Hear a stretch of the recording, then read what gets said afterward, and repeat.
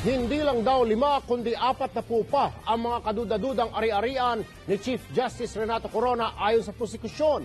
Ang inihirit pang sapina ng kampo ni Corona kahapon, sinagot din ng prosekusyon ng isa ring sapina. Inazara, ikwento mo. Nakakalula. Ganyan inilarawan ng prosekusyon ang dami ng ari-arian ni Chief Justice Renato Corona. Bukod sa 14 million peso penthouse sa Taguig, may 44 na properties pa raw ang pamilya Corona sa iba't ibang lugar sa bansa. Kabilang ang 23 properties sa Quezon City, 12 mga bahay at lupa sa Taguig City, 8 sa Marikina at 1 sa Makati at Parañaque. 4 na po raw sa mga ari-arian na ito wala sa 2002 Statement of Assets, Liabilities and Net Worth ng punong mahistrado. Kaya naman kumbinsido ang prosekusyon, ill-gotten wealth ng mga ito at nabili lamang ni Corona sa loob ng 10 taon. Nagdadala siya ng napakaraming malalalim na tanong na kung papaano sa hindi umabot ng 10 taon ay nakapag-acquire ng ganito karaming properties. Hiniling na ng prosekusyon na ipatawag ang asawa, 3 anak at manugang ni Chief Justice Renato Corona para magpaliwanag. Pinasasabina na rin ang ilang dokumento ukol sa mga kaduda-duda raw na ari-ariang ito. Samantala hindi pa man aprobado ng Senado, tutol na si House Speaker Sonny Belmonte sa hiling ng defense team na ipasabina siya para sa impeachment trial. I'm willing to go there really as the speaker not to be a witness. Pero si Batangas Representative Hermelando Mandanas handa raw humarap sa paglilitis para isiwalat ang kanyang nalalaman. Simple lang ito. Pag pumirma ka, kasama ka ni Pinoy. Pag hindi ka pumirma, kalabang ka ni Pinoy.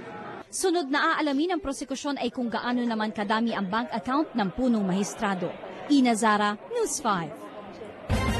Bumuelta naman si Chief Justice Renato Corona sa mga aligasyon tungkol sa pagtatago umano niya ng yaman. Para sa detalye, nasa linya ng telepono si Fritzy Cabial. Fritzy.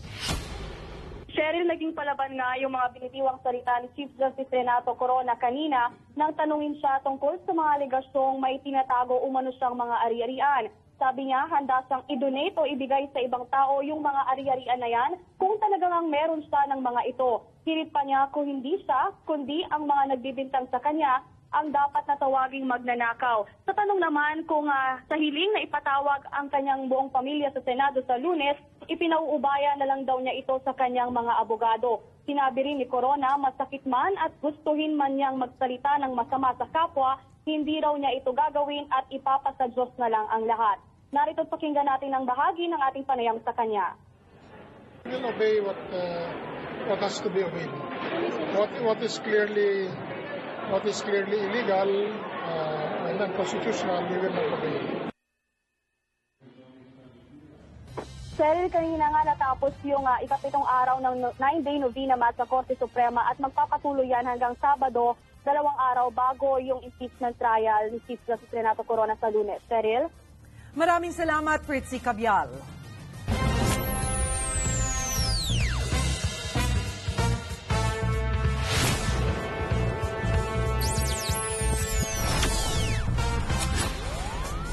Mga kapatid, same pa rin ang lagay ng panahon. Minsan may init sa tanghali, minsan naman may ambon sa hapon at gabi.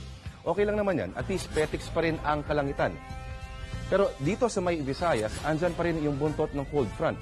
Sa cold front, naiipon ng mas maraming mga ulan. Dito nga sa ating Metro Weather Tracker, may nakita na mga pag-ulan dyan sa Visayas.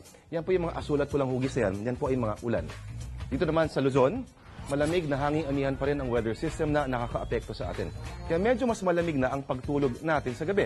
Pero hindi malayo magdala pa rin na yan ambon at ulan.